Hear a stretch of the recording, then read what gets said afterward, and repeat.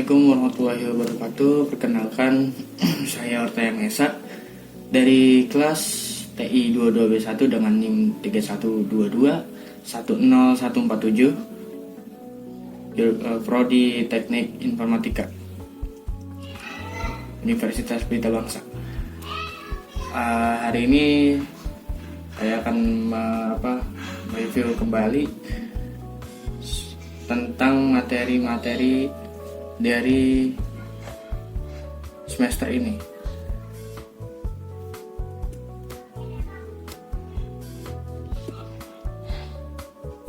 Ya, arsitektur dan organisasi komputer.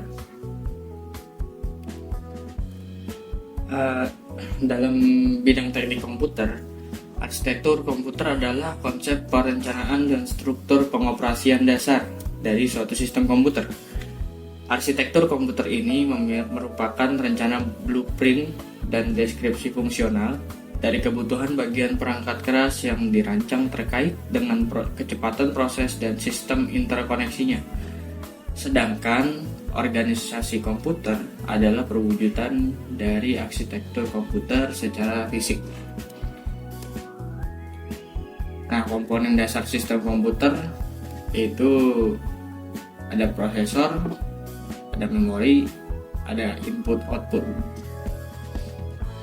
Pertama ada memori. Memori itu menyimpan program dan data. Kemudian ada ALU. ALU itu arithmetical and logical unit, mengerjakan operasi aritmatik dan juga logika.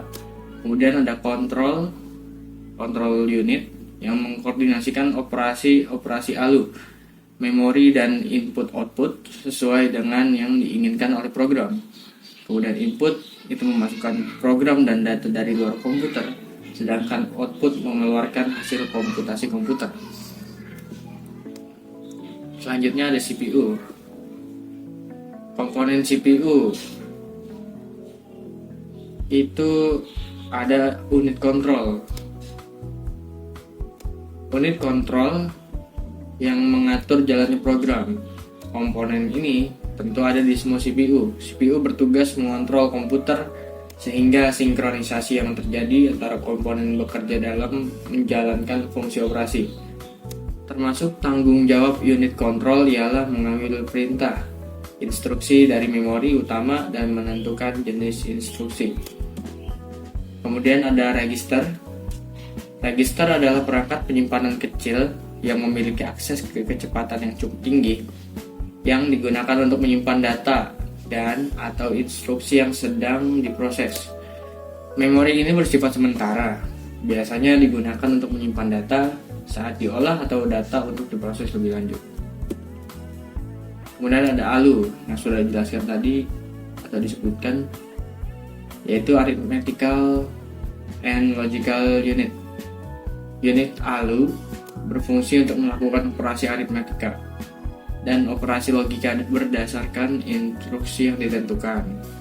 ALU sering disebut bahasa mesin dikarenakan pada bagian ini ALU terdiri dari dua bagian, yaitu aritmatika satuan dan boolean unit logika, yang masing-masing memiliki spesifikasi pekerjaan sendiri. Kemudian ada sistem I/O atau input output. Nah, pengertian sistem I/O. Sistem I/O, input atau output, adalah bagian dari sebuah sistem komputer yang mengatur aliran informasi masuk dan keluar dari perangkat keras dan lunak. Fungsi utama dari sistem I/O adalah menghubungkan perangkat input dan output ke sistem komputer dan mengatur aliran data antara perangkat tersebut dengan CPU. Nah, fungsi sistem I/O yang pertama adalah kontrol dan timing. Kemudian komunikasi CPU, itu sebagai media komunikasi dari CPU menuju device eksternal. Kemudian komunikasi perangkat sebagai media komunikasi dari device eksternal menuju CPU. Nah, ini adalah linear dan non-linear pipeline processor. Pipeline Pipelining adalah teknik yang digunakan untuk meningkatkan throughput eksekusi CPU dengan menggunakan sumber daya prosesor dengan cara yang lebih efisien. Ide dasarnya adalah untuk membagi instruksi prosesor menjadi serangkaian tahapan independen kecil. Setiap tahap dirancang untuk melakukan bagian tertentu dari instruksi. Linear pipeline. Pipa linear adalah pipa di mana serangkaian prosesor dihubungkan bersama secara serial. Dalam pipa linear, data mengalir dari blok pertama ke blok terakhir. Tentunya blok terakhir prosesor. Pengolahan data dilakukan secara linear dan berurutan. Input dipasok ke blok pertama dan kami mendapatkan output dari blok terakhir hingga pemrosesan data dilakukan. Pipa linear selanjutnya dapat dibagi menjadi model sinkron dan asinkron. Kemudian ada non-linear pipeline.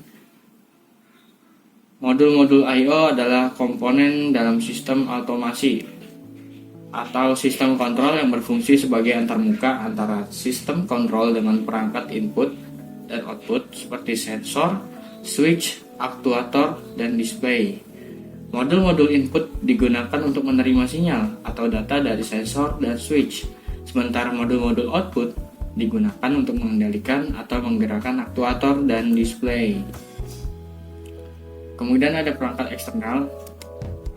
Perangkat eksternal merupakan perangkat keras tambahan yang dihubungkan ke komputer, biasanya dengan bantuan kabel ataupun sekarang sudah banyak perangkat peripheral yang wireless. Nah, ini merupakan contoh-contoh perangkat keras.